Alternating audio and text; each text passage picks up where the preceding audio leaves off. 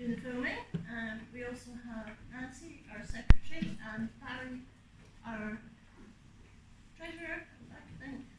And Andy is a floating member who's going to be helping us. As he says, he's got some time on his hands. Right, so just a little bit of housekeeping. First of all, have you all signed in? We're doing that partly to get new emails, and also in the event of a fire, we've got a head count. So in the event of the fire, we exit exactly the same way we came in, which is straight down that corridor and turn left. And we'll assemble at the far side of the car park. I don't know what the alarm sounds like in here, but any hint of an alarm, I think we should make our way outside. Where did you sign in? Sorry, where did you sign in? Where did you sign in? Oh, did you skip finding? Yeah, sorry. Thank you.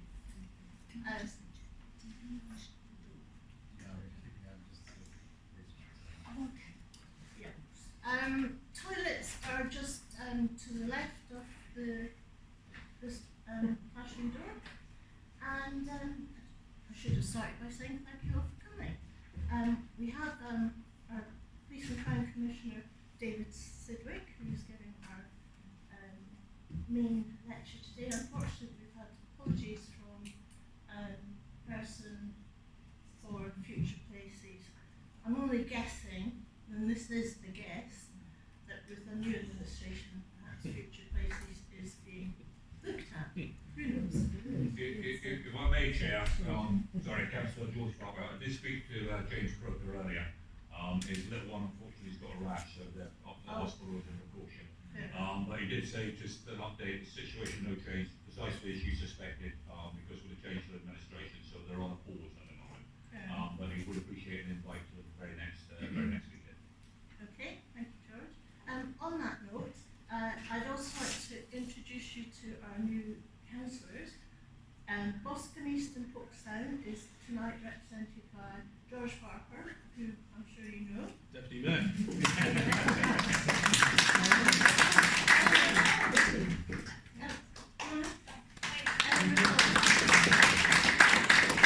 And for Boscombe West, we have Patrick Canova and Morrison.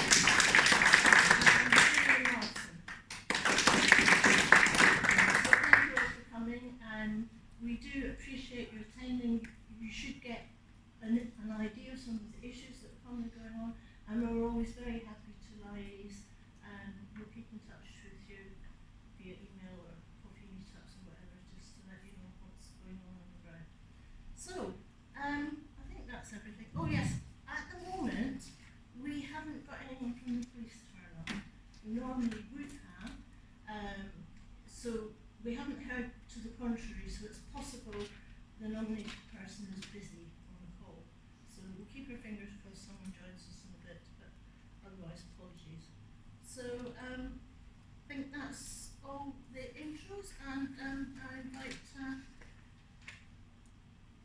Mr. David Sidwick, who's our current PCC. When were you elected, David? 2 years ago. 2 years now. 2 years ago. And thank you for inviting me. It's an absolute pleasure to be here, and it's a particular pleasure to be here in Boston, to be honest. Not least because, can you hear me? Yeah. In that case, I'm not going to use that because I look a bit like a crooner. I'm not going to sing my not least because 1,000 years ago I was born in Boscombe Hospital. I lived on the Sea Road between 13 and 21. I used to walk to the bus stop on Haviland Road to get to the school. Very occasionally I may go to certain shops in the Southern Centre as well, because I've kept a connection here. I only live a few roads that way. So it's an absolute pleasure to be back in Boston. What I thought I'd do tonight is basically talk through a number of things, mainly the priorities that I have in the Police and Crime Plan. But also, one of the things is the Police and Crime Commissioner job is one which is, to put bluntly, really, really poorly misunderstood. And that's because when it came in, it wasn't really given enough publicity around it. So there's a few myths and legends about it. So I thought I'd spend a couple of minutes doing that. But I think it's probably important for you to understand how I got here in the first place. And it's because I started getting grumpy about some things. I phoned up 101 and I was on the phone for 45 minutes. And when somebody came on the phone, they didn't really want to know what I was trying to tell them. That started making me a little bit grumpy. Then there was a shoplifting incident on the high street, and I got involved in that to help stop it. And that's my high street. That started getting me grumpy. The third thing was antisocial behaviour, and I'll come to that specifically in a moment. But I wasn't seeing anything being done about antisocial behaviour apart from articles in the Echo, virtually every week, and some of it was particularly nasty. And then the final thing, which sort of made me even grumpier, was the idea that we would merge the police force with Devon and Cornwall, Dorset Police and Devon and Cornwall. And part of the problem I had with that was, from my background, which was in business, I had 30 questions, not about blue skying, not about empire building, but about what would that mean for the people of Dorset. And one of them was, would the people in the Exeter control room know where Remedial Lane is in Boscombe? You know, simple kind of things you expect. I didn't get anybody to answer that, so that made me really, really grumpy. When I got to my grumpiest, my wife said, why don't you do something about it? She's from North Yorkshire, and she was fed up with me whinging. And that's why for 3 years I campaigned to be the police and crime commissioner. And that allowed me to do two things. One, go out with other forces, other police and crime commissioners, to see how they were doing the job. It also meant very clearly that I could ask the people at Dorset what they wanted. I did that in surveys, 50 meetings like this before COVID, countless Teams meetings afterwards. That became promises in the manifesto. And those promises on the first week, I think I shocked the office a bit. I said, I want to get the police and crime plan done. This is what I've promised. This is what I expect to be the priorities. Can we get it done? They said we can do it in a year, and we actually did it in 6 months. So that's how I got here. And the importance of that police and crime plan is it links the people directly to the Office of Police and Crime Commissioner, and then it gets linked directly to the operational plan of Dorset Police. And that's the key, to link everything up. And it's in very simple, plain English. It's about doing the things which the people said to me they wanted. And the first one's about cutting crime and antisocial behaviour. So for 2 years I've gone and observed the police and crime panel, and once in that 2 years the words antisocial behaviour came up. Yet when I talked to people at Dorset, it was the top thing they said would probably affect them more than it. So again, during the first week, I said to Dorset Police, how are we going to address antisocial behaviour? And they came up with Operation Relentless. And that now means that every neighbourhood policing team has antisocial behaviour as a priority. And if you go on the website, you'll see there are 3 priorities, and you'll see that that is now embedded across the force. Now, I'm not going to talk about the other things, because we'll be here all night, unless people have got questions. Because I also wanted to make another point about antisocial behaviour. It is complex because for different people it means different things. For you it might mean cleaning up the graffiti. For you it might be about the terrible fighting in the rubbish. Somebody else it will be about kids breaking bus shelters. Now it can only be addressed by partnership working. So partnership working between the police, the local authority and various other agencies in order to address it. And I wanted to get to the stage where we had a solution at a local level as well, a really local level. So I put in place the Operation Relentless Community Fund. So this allows a community, like the Boscombe Community Forum, to say we've got a problem with antisocial behaviour, we'd like to do this, can we have the money? And my office will give you a grant for between £100,000 and £5,000 in order to address it. Boscombe has already been a recipient of one of those grants. had two funding. Well, we've basically done it twice. We've done 21 places across Dorset across 2 years. The third one came out last week, and it's available on the website for people to put in bids. And in Boston, one of the things we did was Boscombe Gardens. There were some disused toilets there, and it was a problem because drug dealers were using the alcoves in order to carry on, and all the residents around there were upset about it. And all came to us and said there's an issue. They put in the bid was granted, they stopped the alcoves. I understand that people in the flats around there are very much happier. They're not having to do that now. So that's what this is about. It's about doing something at a micro level. Where were the alcoves? They were on the sides. I think they might have been the entrances, but they blocked the doors, but they left the alcoves, so you could still go. The what? The loos. Yeah. Oh, so they shut them. Yeah. So they shut the loos, but they could still go and exit. Opening them up again would be a better solution. That is something I have to take up with the local authorities. So that one's not for me. You do have 4 councillors if you wish to. Who will be new and enthusiastic, I'm sure, as well. So that's the 21 places across Dorset that it's operated. But there's something more. You've got to get, actually, to some of the causes behind why you're getting the antisocial behaviour. And so the other thing that we now do is we have a grant funding mechanism for youth groups in order that they can actually put something in place in order to help divert young people who may be about to fall into problems and issues. And we did that for the first time in September. We've done 9 places so far. That will be coming back again in September. We've got a couple of really quite interesting projects there.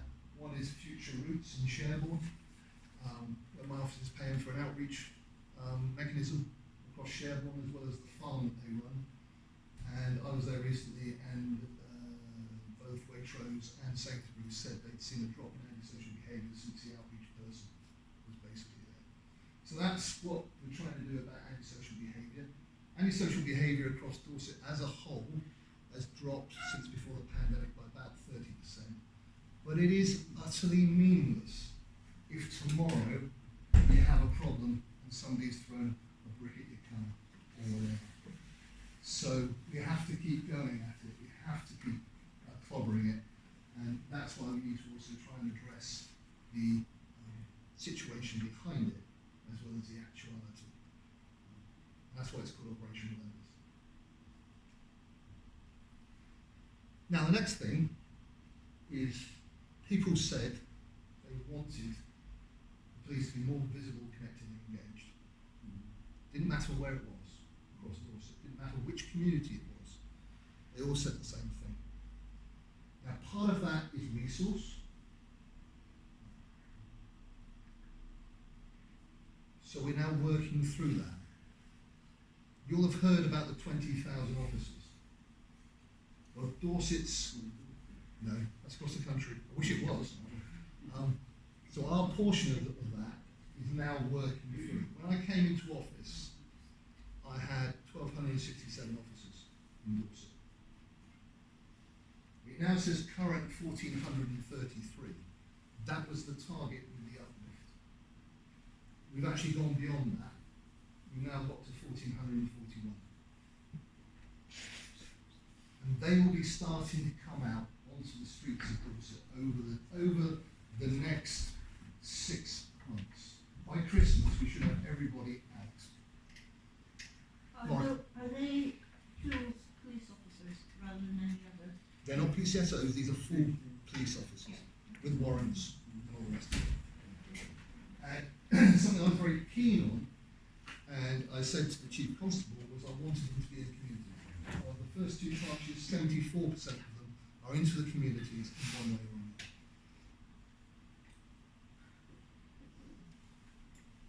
They're not all out there yet, but BCP had another 18 officers come into it at the end of May.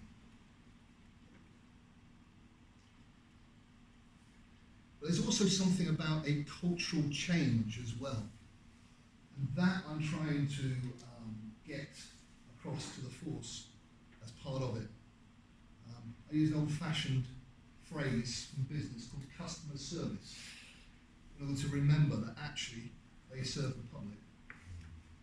So we're getting there with that. We're beginning to see that cultural change happening. I talked to you about the neighbourhood policing websites. Not only do they now have the 3 priorities on them, but they also have who the police officers are. And they should also give you how to engage with them. So the cultural change is that they have put in place community engagement points now. So you should be able to go on your own website and see where you can meet with them.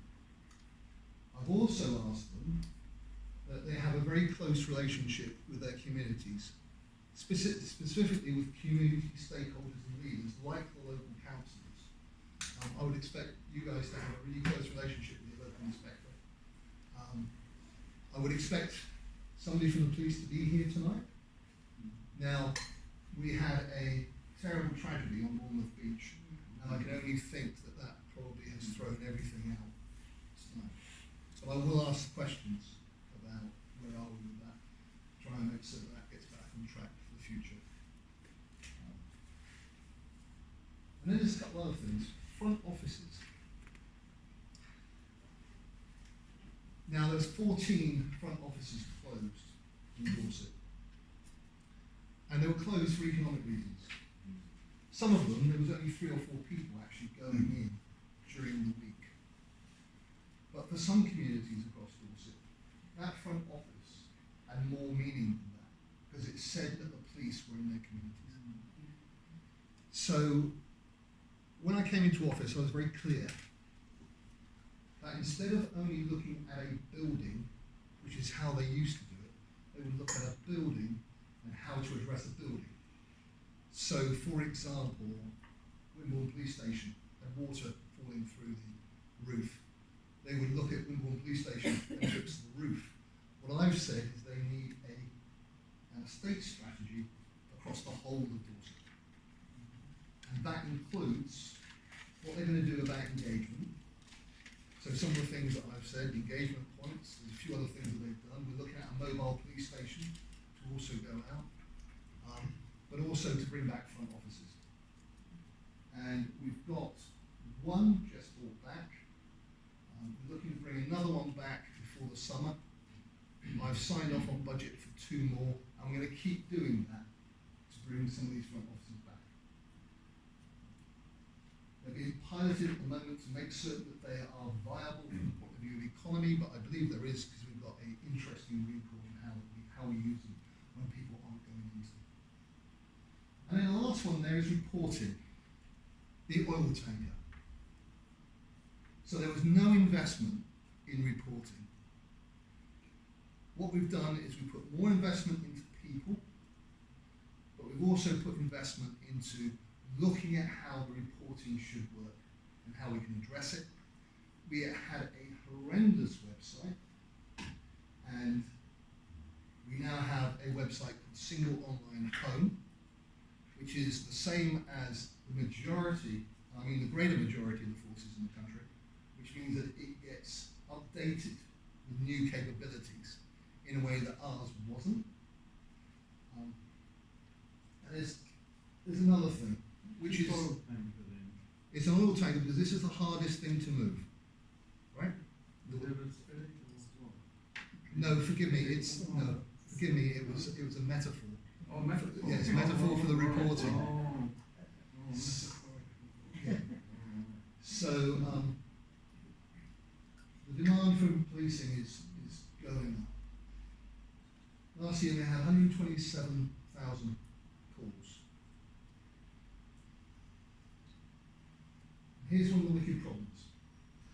You look at 999 calls, 48% are to do with police deployment for crime. The rest are various other things. And so we're trying to address that. We get a lot of a lot of movement into the office from the point of view of, for other agencies. 101 was meant to be a clearinghouse, not just for the police, but for the local authority. That last bit never happened. So everything into 101 basically comes into the police. And you have things like noise in a residential community. If you ask the people, half of them say, that's the police. Actually, it's not. It's the local authority. And then we've got another wicked one, which is aggressive begging. Half the people would say that's the local authority. It's the other way around, that one's the police. So what I've said to the police is we have to be better at communicating what you need to report where. And my office is looking at other mechanisms in order to get those messages out. Because we know, for example, 30% of calls into the control room are about things which are already occurring, incidents which have happened, and there are people asking for updates. The force needs to get better how they deal with those sorts of things. Wait, can I just ask you what you thought of the statement that was made by the Met earlier in the week regarding mental health and not responding to mental health emergencies from, I think, September on this year? How do you feel about that? I mean, I can understand why they've come out and said it from a resource perspective. Clearly, dealing with mental health is an incredibly difficult and complex area. It involves multiple agencies. How would you feel in, I don't know what Dorset Police's approach is on that. I mean, has it been discussed? Is there any likely to be any change? It's a massive area, isn't it? It's a huge area. Huge area. And we have similar issues to every other police force in the country in that area. I could give you individual examples of, I won't choose mental health, I'll choose a different one. I know some people are involved with the ambulance service here, and I know the pressures on there. But we had two officers. A lady had fallen in the street. She fractured her hip. And for 16 hours, there is two police officers with her, waiting for some other mechanism. Now, I would submit two things. One, the best thing they can do is find her some paracetamol. That is not the right care for that person. And obviously, once they're doing that, they're not catching bad guys, doing what we want them to do, keeping the law and order, etc., etc.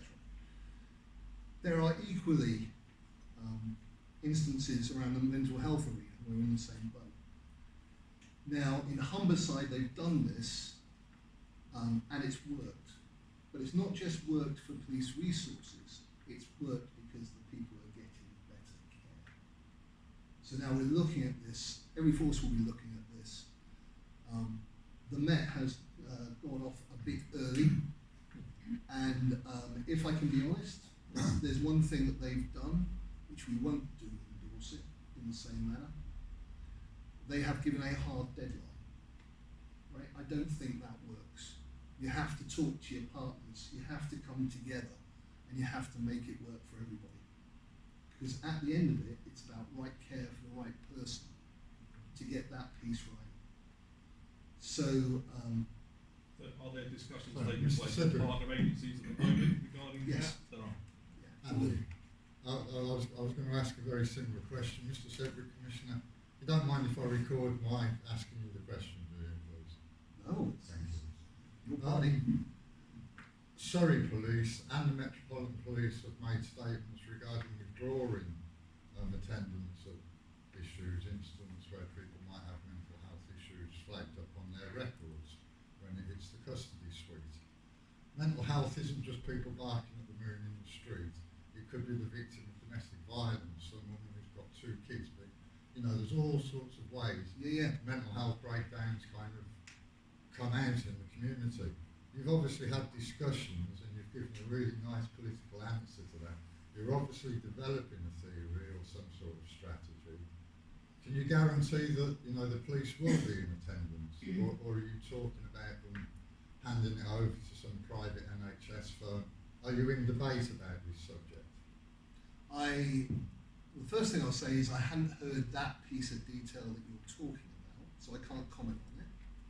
The second thing I'll say is you've gone like from there to there. We certainly have had no discussions about Yeah, private. but little old ladies being left unattended by the NHS and the ambulance. Do you mind if I service. finish what I'm saying in order Okay, to sorry. give you the response you need?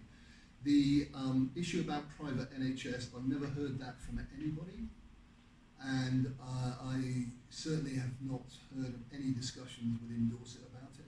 I haven't heard it nationally either. But do you have meetings with Dorset NHS Foundation Trust, the people who manage our mental health services?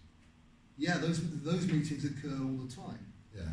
Now, my point, I think, is that this will be worked through properly, and I think it is very dangerous to say an absolute, because the impression given by the press, right, is that there is an absolute about not. No, this attending. isn't the press. I mean, I understand the way the Mental Health Act works and the people that are sort of debating this issue at the moment, and it's very, very serious.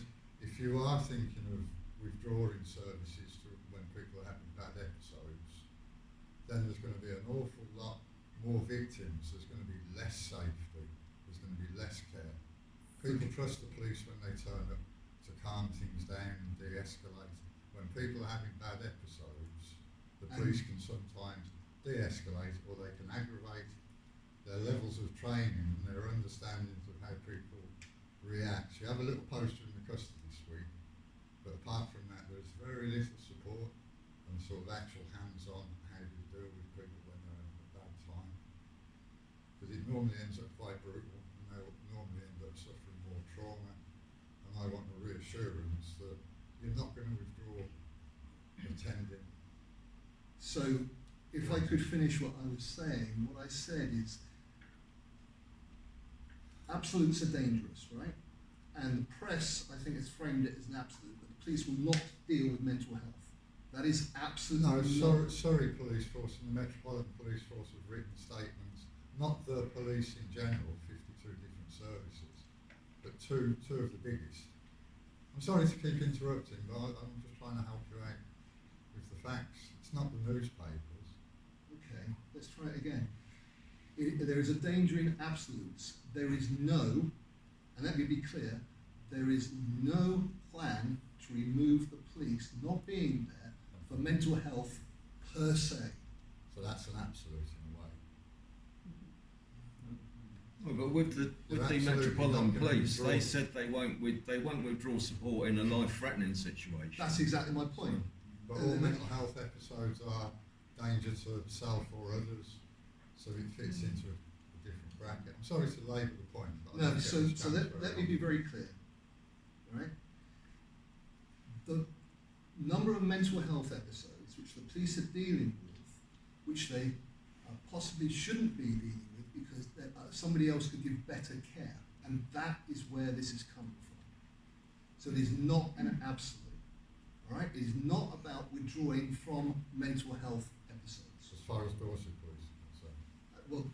Well, as far as Dorset Police has been is concerned, but again, I say again, this is in its early stages of looking at it. Right.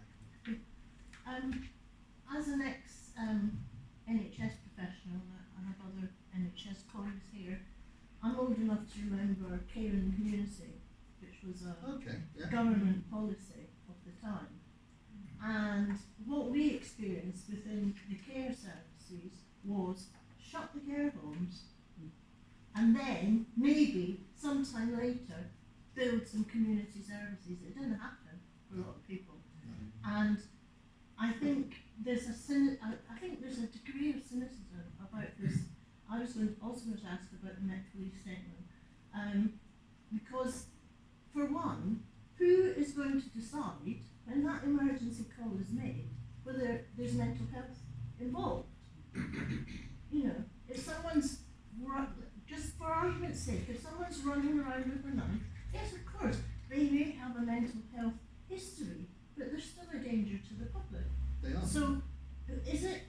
Can you tell me within your discussions who would make that decision? Is it the home operator, a civvy?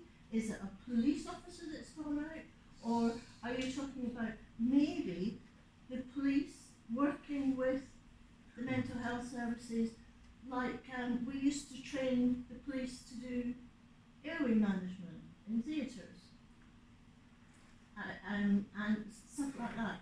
Is it like there was discussion of firefighters doing first aid because as a supplement to the ambulance service? Is that the sort of picture we're looking at? So, Because I don't think there's enough public service to deal with everything as it is. so, Never mind withdrawing a service. so you are absolutely right in a lot of your assertions there. So that is why I was saying that actually what the Met has said is not useful, all right? Because this thing has to be planned. It has to be planned not only at the local level, but also at the national level. Now, my understanding is that those conversations have taken place. Now, those conversations then have to take place at the local level to bring all partners in and to make certain that actually everything is agreed, and those protocols, which you're absolutely talking about, those are agreed as well. Now, I'm very clear. So we need a statement from the London Ambulance Service, for example, to be put out agreeing with what the Met Police are doing. Well, I would have thought two things would have happened. I know one of the things that's happened is the Met Police have looked at this from a legal perspective and the risk and all that sort of thing. I know that's happened, but they would have not put that statement out without talking to their partners already. Now, as I say, one of the issues I have is they gave a hard deadline. I don't think you can do that, and you shouldn't do that. You shouldn't impose a hard deadline. You should agree a deadline with your partners when they've got the infrastructure to affect the bits that you've got. And my understanding is that there is more money in order to make this work across the UK so that the right person gets the right care. That is the plan. I'd be interested if there's more money being going into current mental health practices within Dorset. That's exactly my understanding is meant to be happening. Okay. Those conversations have occurred. The money and how it's spent. Yeah, well, that's a different issue, and that's beyond my control. Pouring money into it, that's how it's spent in Yeah. the respective areas. Can I just make one final point, Commissioner, please, before I Certainly, move on Mr. to the Chair. subject? I suffer from mental health issues. I always have most of my life, so I've seen the inside of it. I'm seeing lads similar age to me, similar prospects, keeling over by the dozen at the moment. The mental health service is not fit for purpose. We were promised parity of services 9 years ago, never happened. We've had all sorts of little pots of money pumped in, and it ends up being spent on consultants and experts. On the ground where I live, you know, there's people living in such isolation and misery. I'd love to take it for a walk round. And what we're saying about more money, great, you know, that's false hope. We need a culture shift in all sorts of ways, and your officers need to be educated in different ways. That's back to my point about care in the community. Yeah. The care never went in. We lost It that. wasn't there. So from the point of view of what you're saying, I totally agree with you. There's not enough money in mental health. What I know is that when this was agreed to be rolled out across the UK, was they said to the partners that they would make money available. But it's the partners that suck up the money. You know, you say And- partners, and there's dozens of agencies and charities, and we lose track. And forgive me, but that's beyond my control to affect. What I will say is, and the Chief Constable and I have had this discussion, is that the police will always be there. So if there's a need, they will run towards it as ever. So I can reassure you about that. There will be occasions where, even if there are professional mental health sports staff there, Yeah. they will need police. Absolutely, and then the Met, I believe, have actually said that completely, and I would agree with that. Absolutely. I'm just concerned about London isn't us, because it quite often is a flagship for what's rolled out in the country. I wonder who is making the assessment, So because somebody has to make that decision. No, give it to them, phone someone else, and who and what training, what is being put in to that decision. well, that we worked through with the partners to make certain that the protocol is in place and the right person is doing that. So I would imagine, right, well no, I'm not going to speculate because it's wrong, right? The Met, as I say, have gone off early on this. Surrey are in the same boat as the rest of us. They should be working through with their partners, they should be understanding what's going on. And just because the Met have done it this way, doesn't mean that we will do it the same way.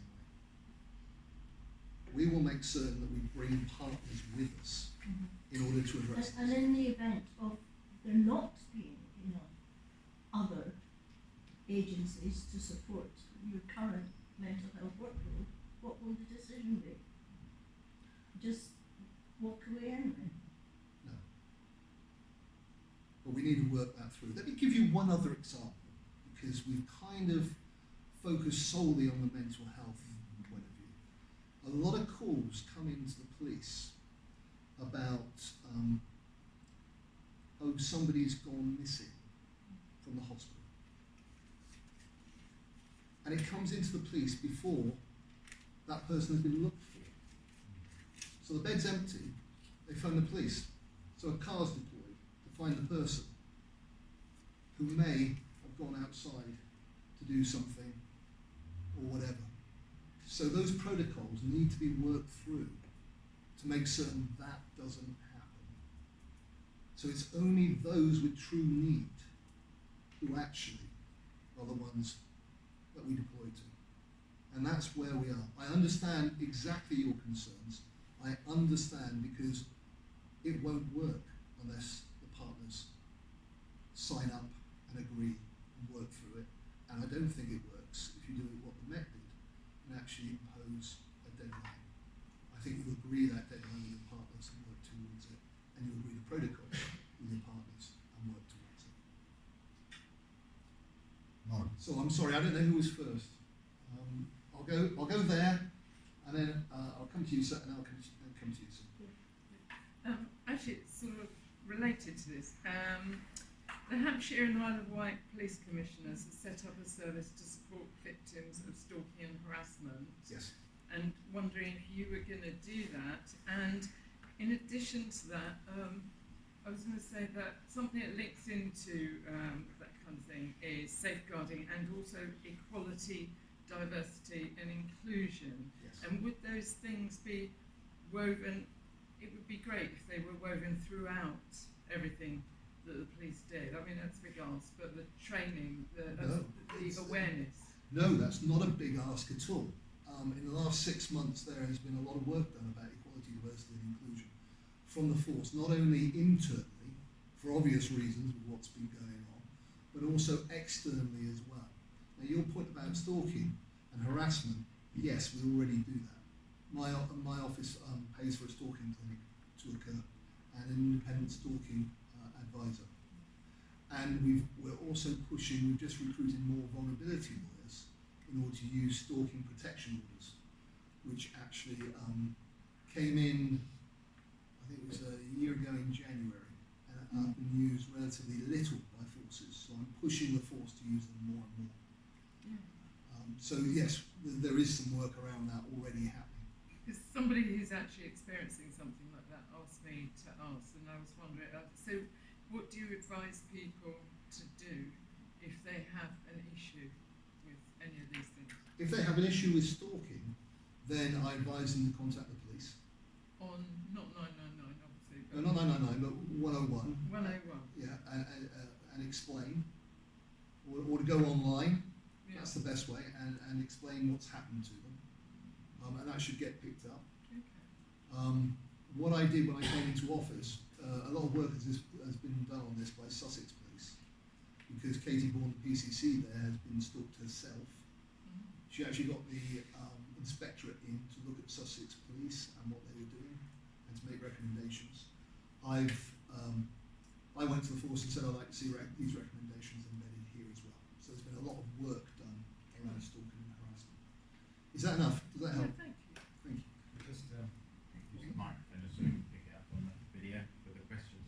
Oh, okay. If they just get So it's the gentleman in the corner.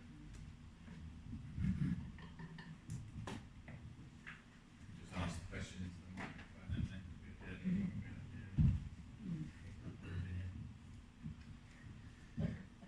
my comment is more of a comment than a question, relates to your comments about the 19 hours for waiting for an ambulance.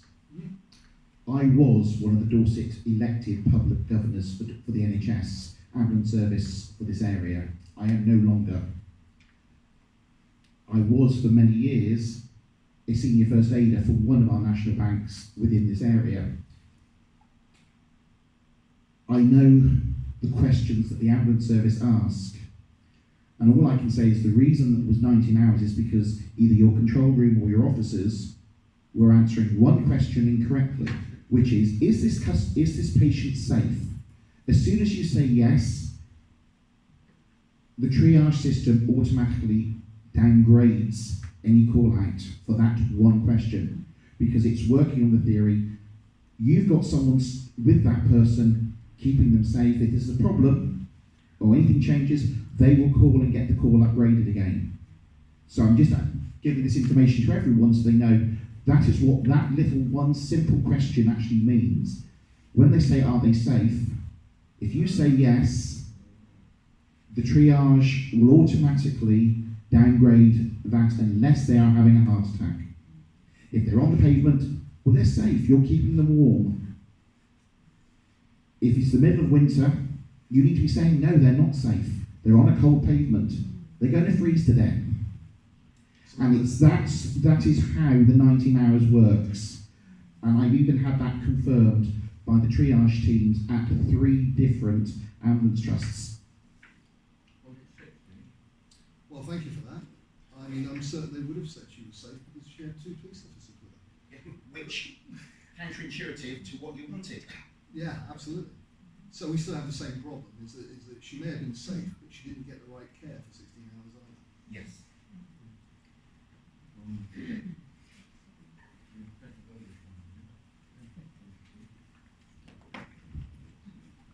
Thank you very much. This also applies, the safety applies here. High harm. We are incinerating our home planet, and unfortunately, those criminally complicit with the mis-selling of fossil fuels for 60 years are still using our money to incinerate us. And Dr. Matt Montgomery, BCP's climate change guru, has produced a document showing we are in deep doo-doos and we are heading for climate collapse, and harvest and shoes and all the things we love to use are going to be a memory soon, including various species. And it's all here in Dr. Matt Montgomery's to be updated. Well, the question is, why haven't you arrested, when we came to your office, 13 offices, the Climate Genocide Act Now group, why didn't you arrest the people in charge who are complicit with this planetary crime when we came into your office, Bournemouth and 12 others? And so that we delayed, and all the people now who are protesting, throwing stuff and gluing and getting in the way, should not be being arrested. The people who should have been arrested weren't arrested 3.5 years ago on the Nuremberg anniversary of the Nuremberg trials in 2019. So we came with our dossier. You still have it. Every time I phone up and ask if there's an update, nobody knows anything about it, and everybody's criminally complicit with the incineration of our home planet, which is now to gas chambering 424 parts per million. Please tell me why you didn't arrest the people doing this, and you have the data, the Mauna Loa data, which I collect every day. Thank you. So to answer the question, which is why haven't I arrested them, I am not operational in any way. I can't direct the police to arrest anybody. And that is absolutely right, because otherwise there would be a huge chance of this office being corrupt, because it would be. Everybody is now corrupt anyway. We've got an El Nino this year, and people are going to die of heat. Sue, thank you for that. And Vanuatu, by the way, is going underwater and spending half their GDP. Just allow the meeting to continue, please. There's a misunderstanding about the mess we're in, which Matt Montgomery can tell you. We can just continue. Have we got any other questions, or are we going to continue? Sorry, is this a question about the... No. Okay. I've been arrested. You have not arrested. And they've committed a crime. I just want to say it's encouraging that you appear to be making some progress with burglaries and rural crime in your recruitment. But the sort of day-to-day crime that we witness in the street, for example, I'll just give you two examples. On Monday I was in the local supermarket and I've been here 30 years and one of the assistants, who I know quite well, said there's some shoplifters around, and I saw this chap just get 2 big bottles of drink and he just walked out. And I said, oh, he's just walked out 2 bottles of drink. And he said, yeah, I know, yeah. Don't do anything about it. We're not allowed to stop them. We're not allowed to interrupt them. We'll get sacked if we actually try and, because of the risk to them. They think that's right. Risk. So I said, how do you cope with this? And he says, we film them obviously on the CCTV, and the police come round and get a disc, and they look at it and they see if they can identify them. And I didn't say how often that was, but it seems a bit sort of remote really. But this is happening all the time. And I said, how often does it happen? He says, about 20 times a day. Now you imagine the cost of that, and we're paying for that on top of it. And the other, this is physical crime, where apparently there are no consequences. And the other one, although I use the barrel scooters, I had a heart attack and I love going for a long walk and coming back on an e-scooter, which is absolutely great. But the illegal ones, when I go for a walk, I see, 8 a day, 10 a day. And occasionally, if somebody doesn't look too violent, I'll just say, did you know it's illegal, riding on the pavement amongst all the people? And they say, oh yeah, thanks so much, and off they go, carrying on. I've never ever seen anyone stopped, ever. And why is that? It's physical crime, nothing's been done about it, and it just gives you the feeling that we're in a bit of a Wild West. And it's a shame. What shop was that then? I say it was a car. Thank you. So, what I'm going to do, if I may, sir, is I'm going to answer the second question about e-scooters. And the question about shoplifting, I'm absolutely going to answer, but I've got a slide which talks towards it.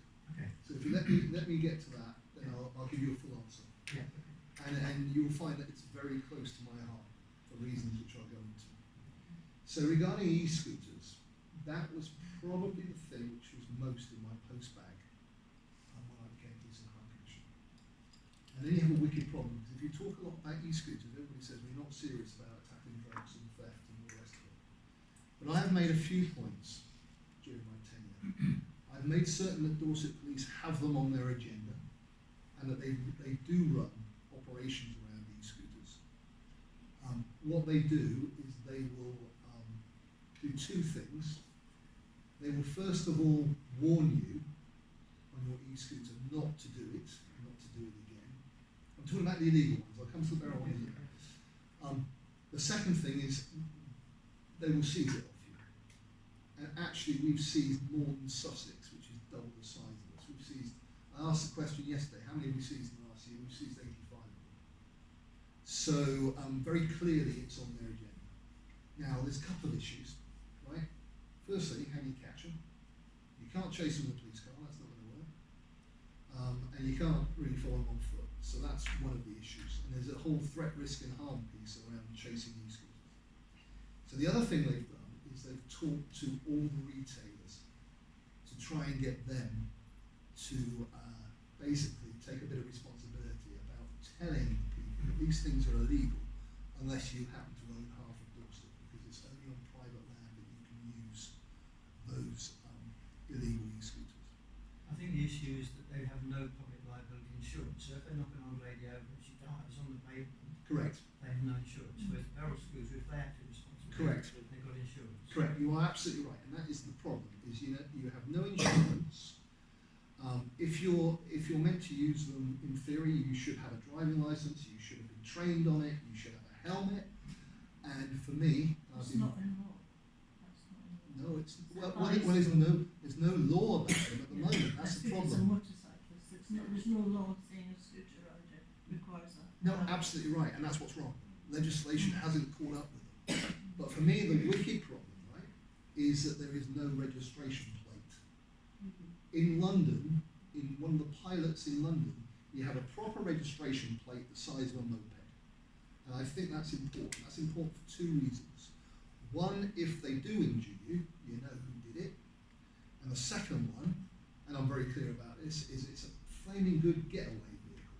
It's a So that's why they should have those big registration plates on it. Now I've been down to Beryl and I've spoken to them, and whilst Beryl run a good outfit around this, there's two blind spots. One is these registration plates. Yeah, well, yeah, I can't, if it was under Patrick's chair from here, I wouldn't be able to read it. So, you know, they need the big ones. And the second wicked problem is that for Beryl to complain, you are meant to go online. Now actually I persuaded them to have a phone number. So there is a phone number, it's just that it's not publicised. So every time I talk about e-scooters, and Yeko asked me about them only recently, every time I talk about e-scooters, I talk about Beryl, and I give out the number for people to actually phone them if they see the following things. On the pavement, kids below the age of 16 or 2 up, because those are the three wicked things that I see around. So Is this just scooters or bikes as well? this is e-scooters. This is e-scooters. So from my perspective, we need to get legislation to catch up, and with the other PCCs, I'm working to put pressure on the government in order to do that. I hope that was a pretty comprehensive answer, but I hope that was what you wanted. Thank you. So did you have a question related to this? Yes, because I'm not in a government position, I'm just a concerned member of the committee, so that's speaking to that. Thank you. Yeah, I'm just a concerned member of the public.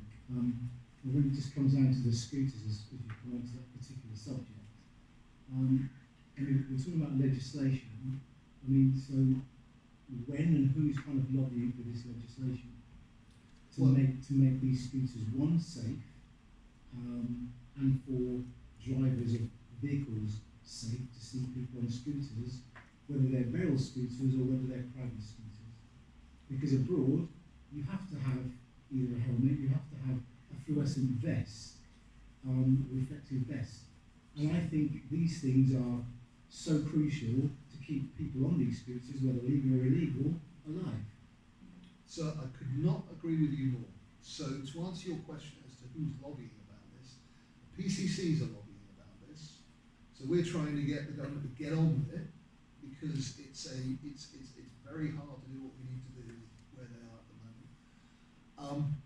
The other people who are lobbying about it are the moped and motorcycle associations, because they're saying, look, this is crazy, right? You are going along at a rate of knots and you don't have any of the protections we've got. You don't have insurance, you don't have all those things that you should have. I totally agree with you about a helmet and high vis, by the way. So that's the two groups I'm aware of. There will be some MPs lobbying as well, and you know, if you wanted to write to your MP about this one, then please go ahead. Sorry. Just so happens in the past life I was a local representative for motorcycle action groups. I'm not well enough to ride at the moment, but I do have legal ownership of quite powerful motorcycles. I'm quite sure if I rode that motorcycle down Christchurch Road without a helmet on, it wouldn't take very long for a police officer to come and stop me. So, you know, this thing about it's up to us to report e-scooters, when you see them, as the gentleman was saying, you see them all over every day, these e-scooters out and about. They shouldn't be given a second chance, they should say, one stop, confiscate, because they are a death trap.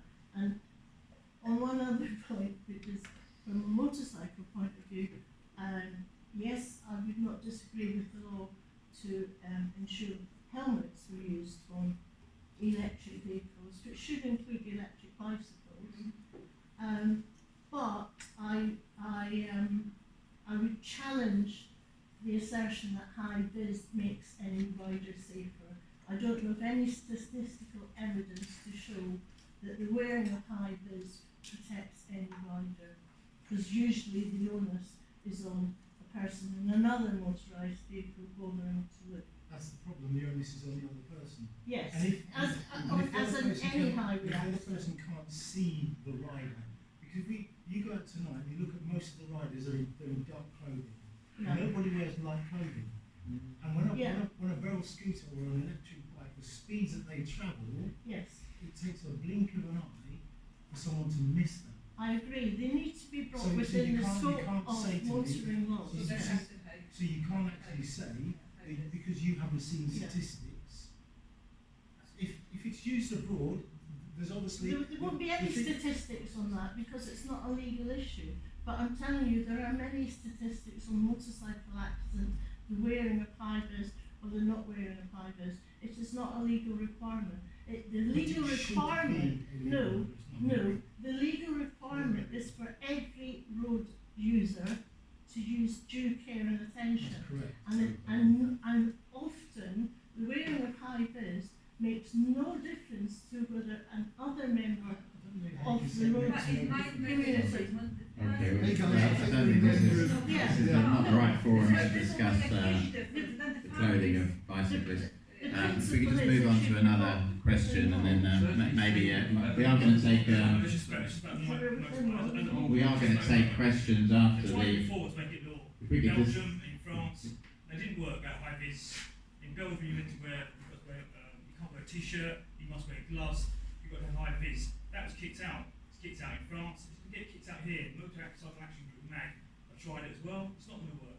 Well, I Okay, think right. Most accidents are motorbikes. I race motorbikes, I ride a motorbike most days, are caused by people coming into you or hitting you from behind. It doesn't matter what you're wearing. I get that. If you've got to look. I get that, and I think just to help Harry here, I think we need to actually let the government work through legalisation of these things, because they'll get all the data about what works, what doesn't work, and we're trying to be the government and sort out the legislation here. I mean, for me, I've got to say that it sounds eminently sensible that you have the helmets and all the rest of it. High vis in theory sounds sensible, but I'm not going to nail me colours to that because I don't know enough about it. All right? okay. Yeah. Well, So we can just that's leave where that for me, that discussion. We can maybe have that afterwards.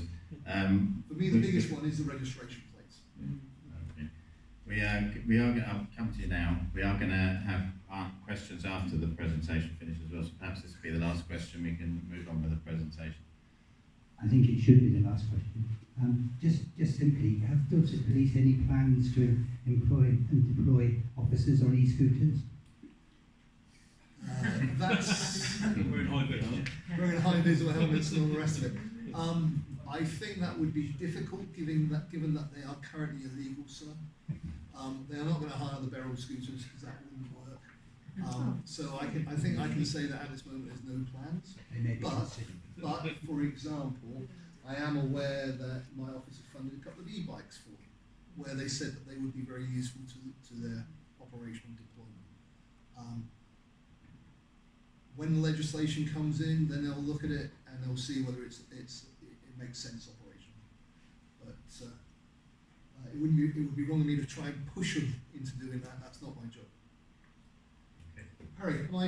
Yes, you crack on. Okay, so priority three. Priority three is the thing that keeps me awake at night. Right? This is the stuff. This is the big bad stuff. This is the issues around the addiction in our society, the violence. It's about violence against women and girls, the domestic assaults, basically children's abuse and modern slavery. So this is a whole cluster of pain. Right? Now, I'm very well aware that it's 8 o'clock and I've gone well over time anyway. I can't possibly cover all of those bits tonight. I'm very happy to take a question or two about bits I don't cover. All right. What I do want to cover is the issue of addiction and violence, and there's a number of reasons why I want to cover that. Firstly, from the point of view of where we are in Dorset, we have the 9th highest heroin and cocaine use in Bournemouth in the country. Before I came into office, nobody in a police context was talking about drugs. It wasn't framed in that way. Now, I was very clear as a candidate that was something which people wanted. I know that neighbourhood policing team, when they've spoken to you in your area, I think 80% of people mentioned that this was a concern to them. which over 10% mention county lines. Now, very clearly, I think there's three things that need to happen. One is you need tough enforcement. And when I say that, I'm talking about the dealers, the people who supply the drugs. You absolutely need that bit. And the reason you need that is actually, for 30 years, we've had drug policy in this country which has been wrong. It's either gone that way and said, lock everybody up, or it's gone that way and says, don't lock anybody up, basically, help them do what they're doing. And I'm being deliberately provocative by saying that. But you've had two extremes. Where we need to be is in the middle. We need tough enforcement on the guys who are doing it and who are exploiting people and bringing violence to our streets. We need effective treatment. So not facilitation of continuance, but effective treatment to help people stop taking drugs when they're addicted. And we need to invest properly in that. And we need impactful prevention. About trying to help people not go down this path. Obviously I'm talking about young people primarily, not go down this path in the first place. And each of those three things is unbearably complex to get right.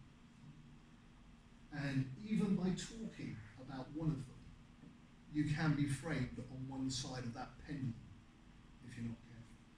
We have to have a grown-up adult conversation about this with those three areas. Now my background is in pharmaceuticals, and what I used to be in charge of was a pain franchise. And so a Class C drug, but when I made certain it came into the UK for chronic pain, it wasn't a Class C drug. But it now has become a Class C drug because it helps people with cocaine. It's the opposite of cocaine, it brings you down nicely. So that's one. But I was also in charge of ketamine, who people may have heard of, for legal purposes. I was also given marketing documents for potential for other products, both cannabis and heroin derivatives. So I was very clear that I have an understanding from a different point of view, looking at these things and the harms that they can do.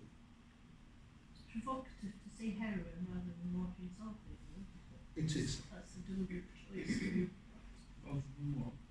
It was. I could have chosen diamorphine. I could have chosen a lot of different ones. But I'm making the point in the context of this. People know You're chosen carbon. Yeah, exactly. So those three things we now have actually in government policy, because they brought out from harm to hope. And that was derived from a review by a lady called Dame Carol Black, who basically went the whole 9 yards. She did two huge reviews, one on the market for drugs and one on the solutions about how you can affect it. And from that, they derived this strategy. And that's got those three things. Now what worries me is in Dorset, apart from that huge number, which actually is in that document, is we also have young children acting out drug behaviours on the street, in the streets and in their playground. They pretend to be drug lords, and those terms, those names, they are as familiar with. Now, of course, it's not every kid in every school, but it is concerning to me when a head teacher tells me that's what's happening in their school. And so that prevention piece not only has to be aimed at our young people in terms of teenagers, but it's got to go far earlier, and it's got to be done correctly. Because for some kids, we would talk about drugs in a certain way, and they'll take the message. For others, you need a different sort of message. And for some kids, it's about teaching them resilience. It's about helping them to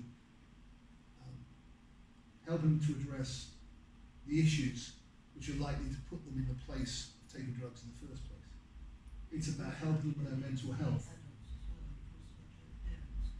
I totally agree with you. I was going to come to that. Yeah, absolutely.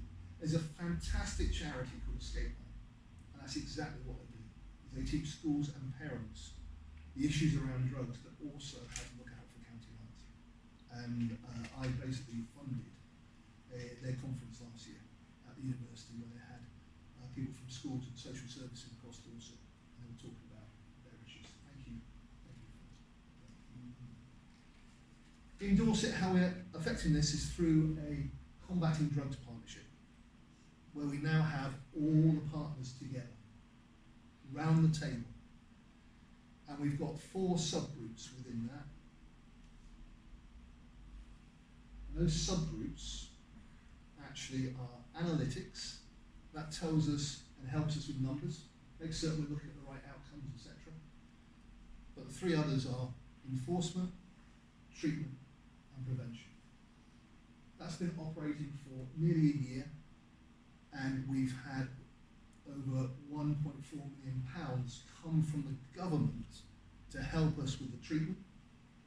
We've had £250,000 come from the government into Dorset to help us with the prevention for the young people. So that is beginning to really start to have an effect. I mentioned enforcement. I'm going to come back to it. I'm sorry? Can I just ask a simple question about that? With drugs, it may not be your sphere of influence, but we've got a lot of homeless people, and sometimes people say, oh, they don't want the help. But I think probably what they're not ready to do is accept the help they're offered, which is if they've got serious drug or alcohol problems, they're meant to sort of engage with that or agree to. And there's a lot of people, because maybe all sorts of reasons, trauma, addiction, maybe they're so damaged now that they can't. And so they get left on the street, and that causes problems for them and problems for the community too. And also living in this community, I find it really quite sad and disturbing to see people, you know, and it must be even worse for them because they're actually living it, and I'm experiencing them living it. Is there something that could be done where people, because we used to have like wet houses and things, but we have places where people can go no matter what kind of mess they're in, and then maybe in the safety of that they would accept some kind of treatment, because a lot of them just won't while they're in that mess on the street. So I agree with you. And there's a new chemical which is hopefully going to give hope. One of the issues we have at the moment is one of the harm reduction processes is we replace heroin with methadone. But actually in some way that actually doesn't help, because you still have the addiction. You have to rock up to the pharmacy every day to get your fix. So what you're not actually able to do in any size, shape or form is focus on the other elements in your life that you need to look at. We want people to, we want people to get better with their issues. We want people to get jobs, have homes, all those sorts of things. There's a new product which came out a few years ago called buprenorphine. There's long-acting buprenorphine where you can be injected for a week, and then if you don't have a reaction to the drug, you can be injected for a month. And that gives time for you to address those other issues and for people around you to address those other issues. I am very keen that we should do that in Dorset. Very keen. It's been trialled in South Wales. It's been used next to some of the prisons are using it. It's one of the things.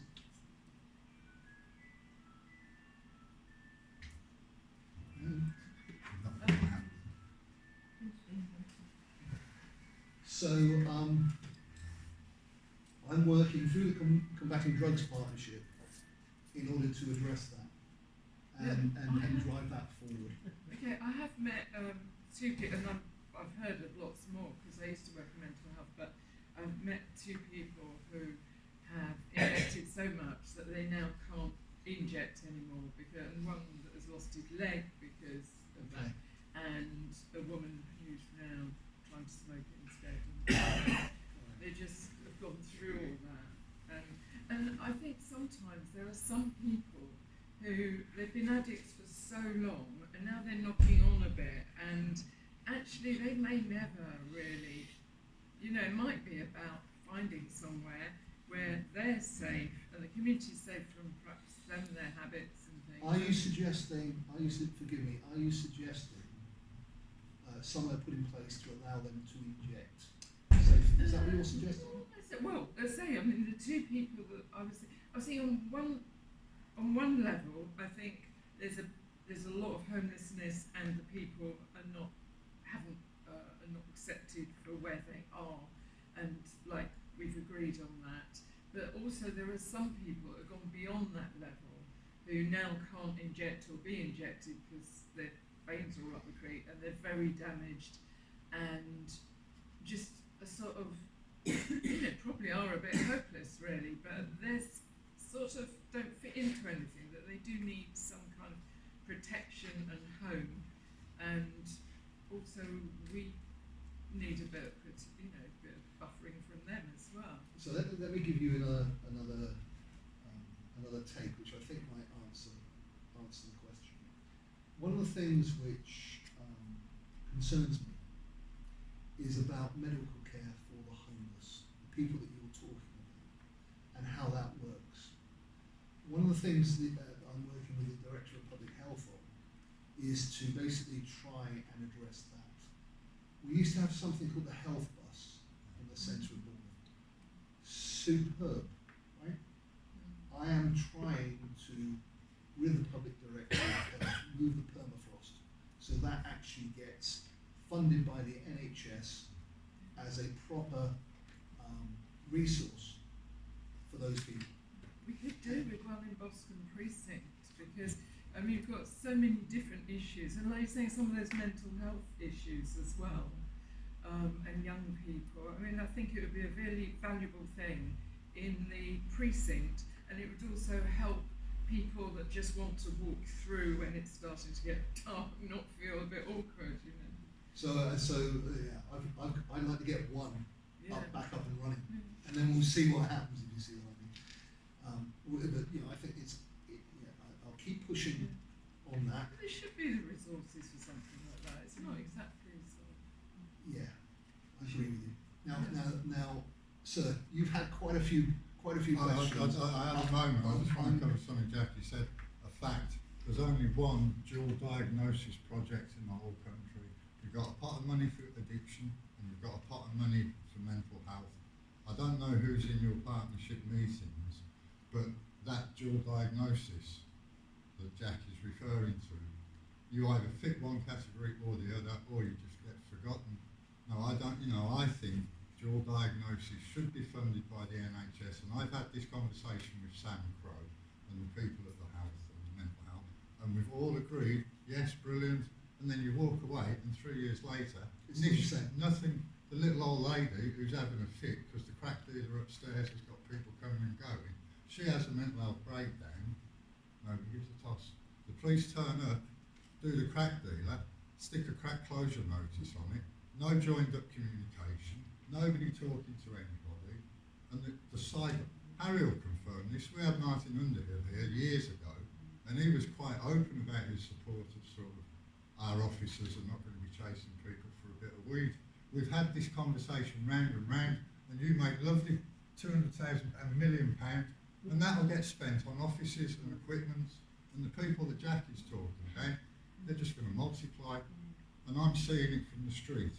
Yeah. And I've spoken to you guys plenty of times, and I just see money going down the drain until you get a dual diagnosis.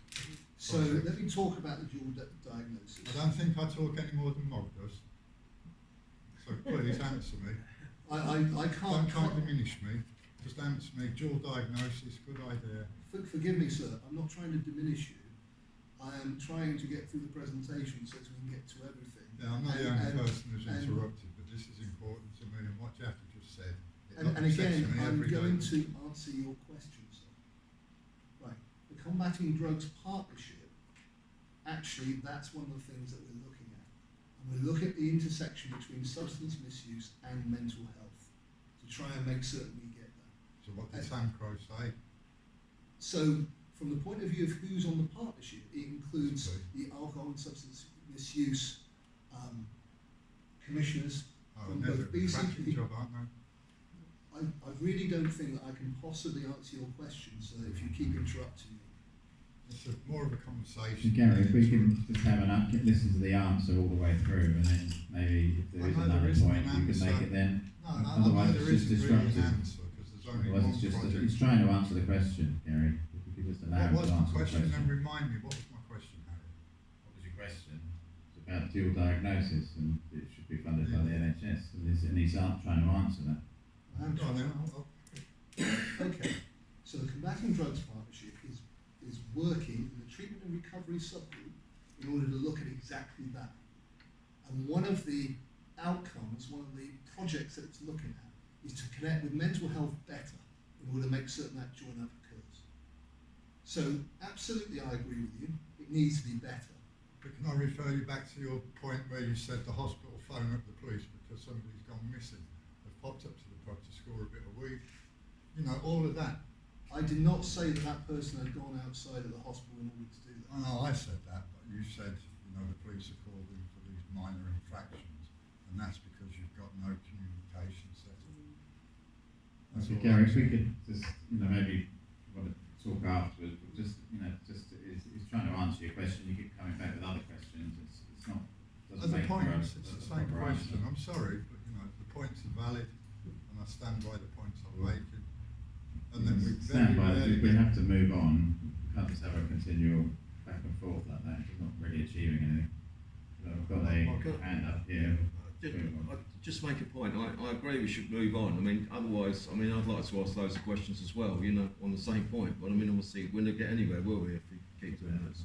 We can move on with the presentation and we can move into the questions after that. And, Thank you. So what we've got here is the enforcement end of it. And as I said, before coming into office, there was not a lot of talk about enforcement around drugs. And I'm not being specific about any one drug here. What I'm saying is illegal drugs per se. And one of the things which we've been able to do is because we have 5 PCCs in the southwest with a similar mindset around this and a similar priority to make the southwest hostile to drug suppliers and antisocial drug takers. And so we put into place Operation Scorpion. And that's happened on a number of occasions. It puts a ring of steel around the southwest, and it has been significantly successful. In the first 2 iterations, it's taken over £1 million worth of illegal drugs off the streets. It's got £300,000 worth of cash and 300 plus arrests. But also, and more importantly, 537 vulnerable kids and adults were safeguarded, which is as important about it. Now, one of the things I'm very clear about is the wickedness around those who exploit our young people.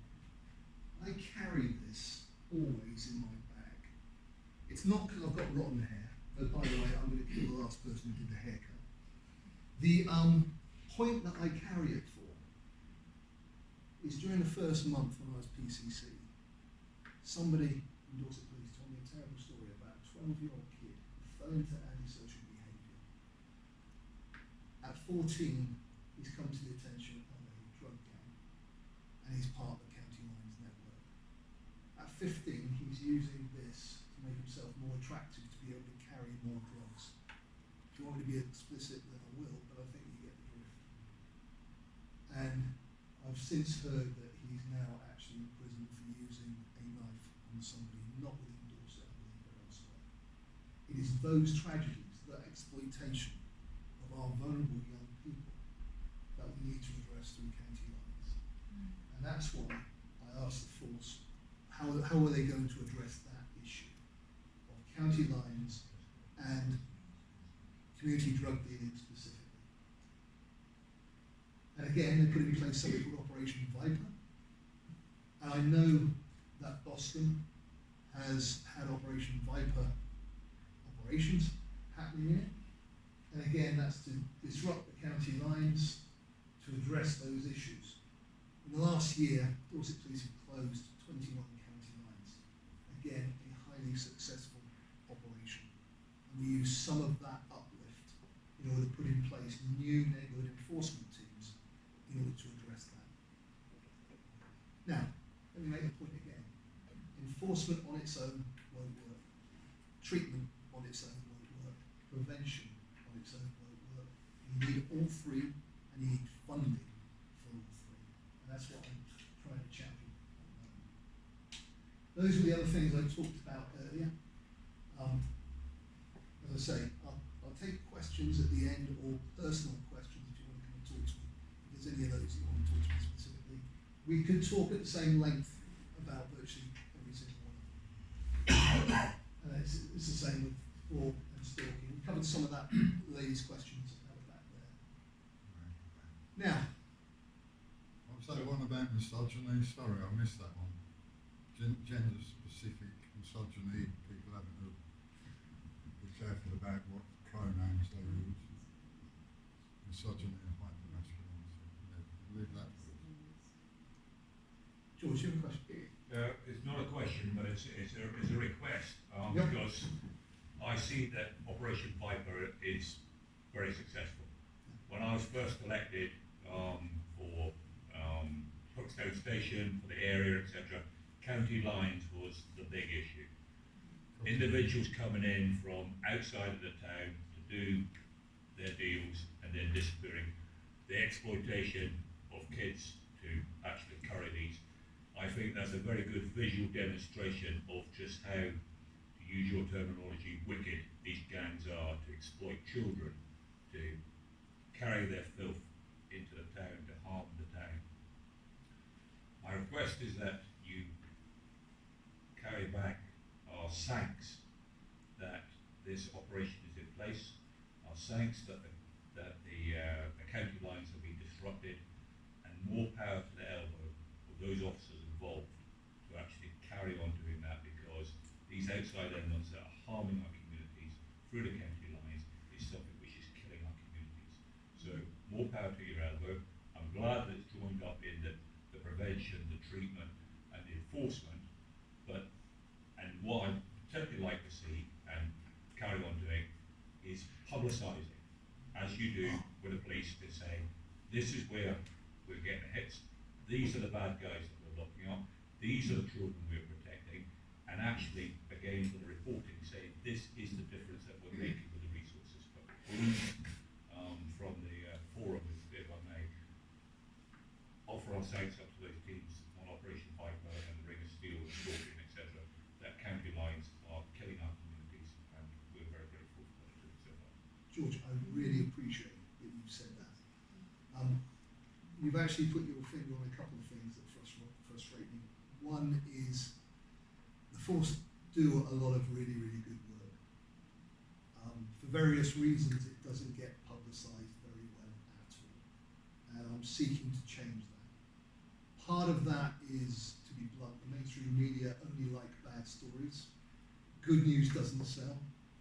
And particularly around policing at the moment, bad stories is what they're looking for. Some of those bad stories are completely justified and absolutely correct, but it can't just be about the bad cops. It has to be about the ones who go through the doors. Every time they go through a door, they don't know what's behind it, and that's what they do day in, day out to try and keep us safe. Thank you, that is really appreciated, and I know the force will appreciate it as well. Rural crime.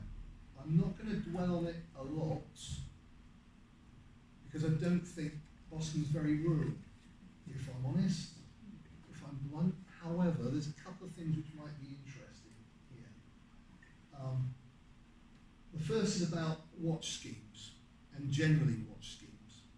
I'm very clear that we're all in a partnership, and actually having a neighbourhood watch or a community speed watch or any of the other watches that we have in Dorset, it helps cut crime and actually increases our own safety. So if you've got a neighbourhood watch, or you want to start a neighbourhood watch, I'll be there for you. I fund their leaflets, I fund their notices, and actually some of them, when they've put up their signs saying this is a neighbourhood watch area, they've immediately seen the difference. A good neighbourhood watch, well run, can reduce petty crime by about 20 to 26%.